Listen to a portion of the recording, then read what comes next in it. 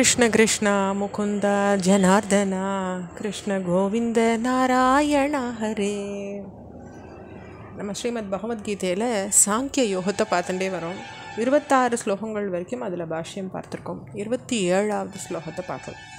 ஜாதஸ்ய he த்ருவோ மிருத்யுः த்ருவம் ஜன்ம மிருத்யஸ்ய ச தஸ்மாத் அபரிஹார்யோர்த்தே ந த்வம் சோசித்துமர்ஹசி. அப்பா, ஜாத்தசிய ஒருத்தன் பிறக்கிறான்னா அந்த பிறந்தவனுக்கு த்ருவோ மிருத்யுஹு, கண்டிப்பாக சாவுன்றது நிச்சயமான விஷயம் இல்லையா? அதே மாதிரி இறந்தவனுக்கு மிருத்யஸ்யச்ச, இறந்தவனுக்கு ஜென்மா பிறப்புன்றது நிச்சயம். அவன் திருப்பி பிறக்கத்தான் போகிறான். அதனால அபரிஹாரியார்த்தே, தவிர்க்க முடியாத இந்த விஷயத்தில் நீ துக்கிக்கிறதுக்கு அருகதையானவன் கிடையாது அப்படின்னுட்டு சுவாமி சொல்கிறார் 27வது ஸ்லோகத்தில். அவ்யக்தாதீனி பூதானி வியக்த மத்தியானி பாரத அவ்யக்த நிதனான்யேவ தத்ர கா பரிதேவனா. அப்பா, பாரதான்னு அழைக்கிறார் அர்ஜுனன்.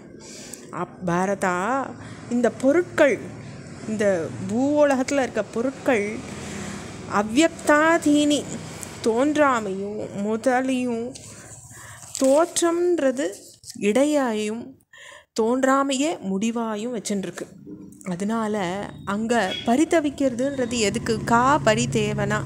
இதனால் இது எப்படியும் அழிய போகிறது, இடையில சித்த இருக்க போகிறது, தோன்றவும் போகிறது. அப்படிங்கும்போது நம்ம ஏன்பா அது கஷ்டப்படணும்னு கேட்குறார் சுவாமி. 29வது ஸ்லோகம்.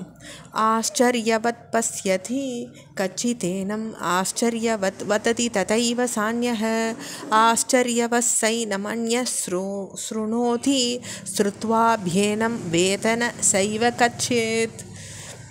அப்பா, எவன் ஒருத்தன் இந்த ஆச்சரியம் போல் இதை பார்க்குறானோ, ஆச்சரியவஸ் பஸ்யதி, இந்த விஷயத்தை ஆச்சரியம் போல் பார்க்குறானோ, அப்படியே அவன் மேலே ஒருத்தன் ஆச்சரியம் போல் பேசுகிறான்.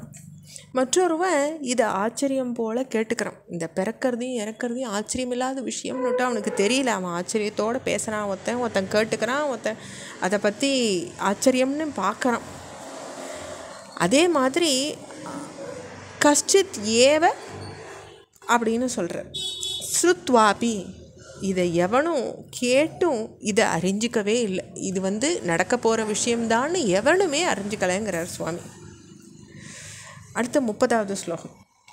தேஹி நித்யம் அவத்யோயம் தேஹே சர்வஸ்ய பாரத தஸ்மாத் சர்வாணி பூதானி நத்வம் சோசித்துமர்ஹசி. பாரதா, சர்வஸ்ய தேஹே, எல்லா உடல்லையும், அயம் தேஹி, இந்த ஆன்மா என்றைக்கும் மரணம் இல்லாதவனாக இருக்குது. நித்தியம் அவத்திய, அது நிச்சயமாக மரணம் இல்லாததாக எல்லா உடல்லையும் உரையிறது. அதனால நீ எல்லா உயிர்களிடத்துலையும் துக்கிக்கிறதுக்கு உரியவன் கிடையாது. சோசித்து மர்ஹசி, அதனால் நீ துக்கிக்கிறதுக்கு உரியவன் இல்லைப்பா அப்படின்னு சொல்கிறார். திருப்பி 30வது ஸ்லோகத்தில். அடுத்த 31வது ஸ்லோகம். ஸ்வதர்மமபி சவேக்ஷ்யன விகிம் பிதுமர்ஹசி தர்மியாதி யுக்தா ஸ்ரேயோன்யத் க்ஷத்ரியஸ்யன வித்யதே. அப்பா, ஸ்வதர்மம், உனக்குரிய தர்மத்தையும் அதை பார்க்குற இடத்து பின் எடுக்கிறதுக்கு உரியவன் நீ கிடையாது. ந அர்ஹசி, அதை நீ பார்க்கறச்சே, உன் தர்மத்தை பார்க்கறச்சே நீ அதுக்கு பின்னுடுறதுக்கு, அதாவது போர் வேணான்னு பின்னாடி போகிறதுக்கு நீ உரியவன் கிடையாது. ஏன்னாக்கா தர்மத்தினன்று பிறழாத யுத்தத்தை விட வேறொன்று சிறந்த விஷயம் சத்திரியனுக்கு கிடையாது. ஸ்ரேயக, அதான் ஸ்ரேயஸான விஷயம். சத்திரியனுக்கு எது? யுத்தத்தை விட ஸ்ரேயஸான விஷயம் ஒன்று கிடையாது. அதனால் சத்திரியனுக்கு அதுக்கு போகிறதுக்கு, திரும்பி போகிறதுக்கு அருகதை கிடையாது. ந வித்யத்தை, அவன் அதை திரும்பி போற விட்டு போக முடியாது அப்படின்னு சுவாமி சொல்கிறார். இதோட நம்ம 31 ஸ்லோகங்களை பூர்த்தி பண்ணிக்கிறோம். ஓம் ஸ்ரீ கிருஷ்ண பரமாத்மனே நமஹ.